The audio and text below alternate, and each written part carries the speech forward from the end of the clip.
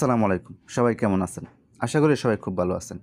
তো আজকে আমি আপনাদেরকে ইমোর একটা সমস্যার সমাধান করে দেখাবো। তো সেই সমস্যাটি হচ্ছে, আমরা যখন ইমোতে কোনো একটা নতুন অ্যাকাউন্ট ক্রিয়েট করতে যাই, তখন কিন্তু আমাদের ইমোতে ভেরিফিকেশন কোড আসে না। তো দেখেন এখানে আমারটা কিন্তু সেম একই সমস্যাটা হচ্ছে। যখনই আমি এই নাম্বারটা দিয়ে ইমো অ্যাকাউন্টটা খুলতে চাইতেছি, তখন কিন্তু আমার সিমে ওটিপি কোডটা আসতেছে না। তো এই সমস্যাটি অনেকেরই হয়ে থাকে, যার জন্য আপনারা আপনাদের ইমো অ্যাকাউন্টটা তৈরি করতে পারেন না। তো আজকের ভিডিওতে আমি আপনাদেরকে সেটি দেখাবো। যদি আপনাদের সিমে ওটিপি কোডটা না আসে, তাহলে আপনারা এই সমস্যাটি কীভাবে সমাধান করবেন।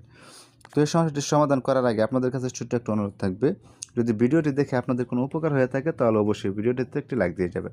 আর যদি চ্যানেলের নতুন দর্শক হয়ে থাকেন তাহলে অবশ্যই চ্যানেলটিকে সাবস্ক্রাইব করে সবসময় আমাদের সাথেই থাকবেন। তাহলে চলুন আর কথা না বলে আমরা আমাদের ভিডিও মূল কাজে চলে যাই।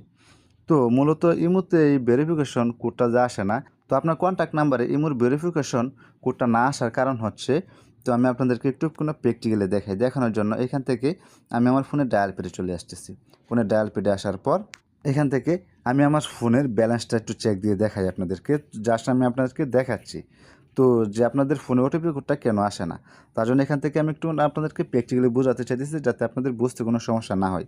তার জন্য এখানে দেখেন, আমরা যখনই আমাদের সিমে কোনো টাকা রিচার্জ করি, পর্যাপ্ত পরিমাণ কোনো টাকা রিচার্জ করি বা 50 টাকা 100 টাকা যাই রিচার্জ করি, সেই টাকাটা কিন্তু একটা মেয়াদ থাকে। দেখেন এখানে কিন্তু আমি টাকাটা রিচার্জ করছিলাম অনেক দিন আগে। তার জন্য দেখেন এই টাকার মেয়াদটা কিন্তু ছিল 27 তারিখ 9 মাস 2025, মানে আমার আরও 4 মাস আগে এই টাকার মেয়াদটা শেষ হয়ে গিয়েছে। যার জন্য কিন্তু আমার এই সিমে কোনো ওটিপি কোড আসতেছে না।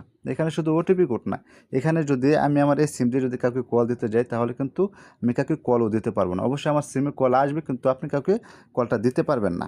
তো মূলত এই সমস্যাটার কারণেই আপনাদের সিমে ওর কোনো ওটিপি কোড আসে না।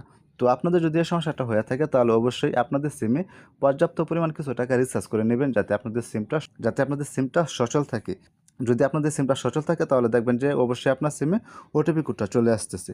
তারপরে যদি না আসে, অনেক সময় দেখা যায় যে আমাদের সিমে অনেকগুলো মেসেজ জমা হয়ে থাকে বা আমাদের সিমের স্টোরেজটা ফুল হয়ে থাকে, যার জন্য আমাদের সিমে ওটিপি কোড আসে না বা কোনো মেসেজ আসে না। তার জন্য এখান থেকে আপনাদের ফোন থেকে অপ্রয়োজনীয় যেসব মেসেজ রয়েছে, এসব মেসেজগুলোকে আপনারা ডিলিট করে দিবেন। তাহলে দেখতে পারবেন যে আপনাদের সিমে ওটিপি কোডটা চলে আসছে। তো এই ছিল মূলত আজকের ভিডিও, যে আপনারা কীভাবে আপনাদের ইমো অ্যাকাউন্ট খুলতে গিয়ে যদি ওটিপি কোডের সমস্যা হয়, তাহলে কীভাবে সমাধান করবেন। তো এই ছিল মূলত আজকের ভিডিও। তো আবার দেখা হবে পরবর্তী কোনো নতুন ভিডিওতে। সেই পর্যন্ত সবাই সুস্থ থাকবেন, ভালো থাকবেন। আল্লাহ হাফেজ।